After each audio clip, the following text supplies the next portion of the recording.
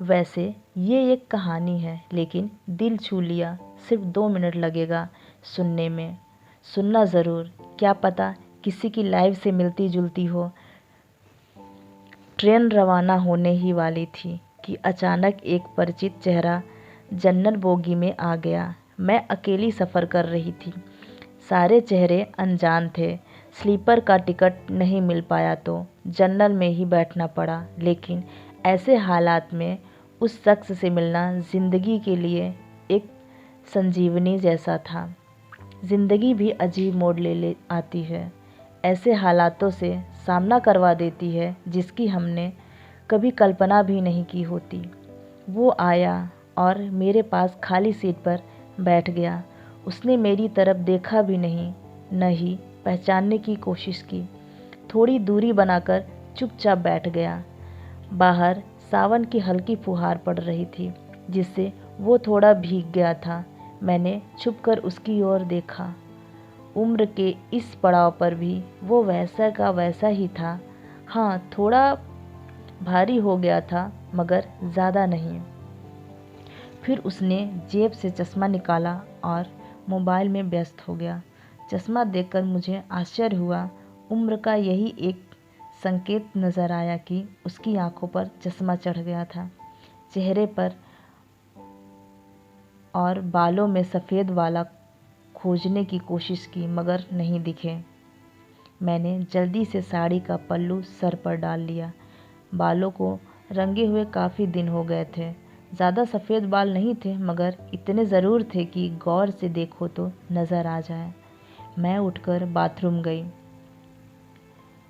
Hand bag से face wash निकाला, चेहरे को धोया, फिर शीशे में खुद को देखा। पसंद तो नहीं आया, मगर अजीब सा मुंह बनाकर वापस आ गई। वो खिड़की के पास बैठ गया था। मेरा बैग सरकाकर बिना देखे ही बोला, सॉरी, भागकर चढ़ा तो पसीना आ गया था। थोड़ा सूख जाए फिर अपनी जगह बैठ जाऊंगा। फिर से मोबाइल में व्यस्त हो गया।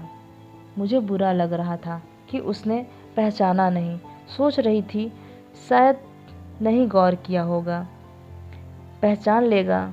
थोड़ा मोटी हो गई हूँ, शायद इसलिए नहीं पहचाना। उदास हो गई। जिस शख्स को कभी भूल नहीं पाई, उसे मेरा चेहरा ही याद नहीं। फिर टीटी आया। सबसे टिकट चेक कर रहा था। मैंने अपना टिकट दिखाया, उससे पूछा तो उसने कहा नहीं है। टीटी बोला फाइन लगेगा। वो बोला लगा दो। टीटी ने पूछा, कहा कि टिकट बनाऊं। उसने मेरी तरफ देखा और बोला कानपुर। टीटी ने टिकट बनाकर दिया और चला गया। वो फिर मोबाइल में तल्लीन हो गया। मुझसे रहा नहीं गया, पूछ ही लिया, कानपुर में कहाँ रहते हो? उसने बिना देखे कहा, कहीं नहीं। मैं चुप हो गई। उसने फिर खुद ही कहा, एक पुरानी दोस्त मिली जो अकेले सफ़र कर रही थी। फौजी हूँ, सुरक्षा करना मेरा कर्तव्य है। उसे कानपुर तक छोड़ने जा रहा हूँ। दिल ज़ोर से धड़का। मैंने पूछा, कहाँ है वो दोस्त? मुस्कुराकर बोला, यही मेरे पास बैठी है। आँखों में आंसू आ गए। बोला, रो क्यों रही हो? मैंने कहा, तुम मर्द हो, नहीं समझ सकते। यह बोला, कवि और लेखक भी हूँ, सब समझ सकता हूँ। मैंने कहा, शुक्रिया पहचानने के लिए और मेरे लिए इतना समय निकालने के लिए। दिल्ली से कानपुर का सफ़र हमारे साथ बीता। ज़िंदगी का यादगार दिन था। वो मुझे घर छोड़कर गया, रुका नहीं। फिर उसकी ड्यूटी जम्मू में थी। 1 महीने बाद अखबार में पढ़ा कि वो देश के लिए शहीद हो गया। क्या गुजरी बता नहीं सकती। अंतिम दर्शन भी नहीं कर पाई। आज फिर उसी सफ़र पर हूँ। दिल में आस है कि शायद फिर से वो आएगा। एक सफ़र वो था जिसमें हम सफ़र था, एक सफ़र आज है जिसमें उसकी यादें हैं। बाकी ज़िंदगी का सफ़र जारी है। देखते हैं कौन मिलता है, कौन साथ छोड़ता है। मेरी इस कहानी पर आपकी क्या राय है?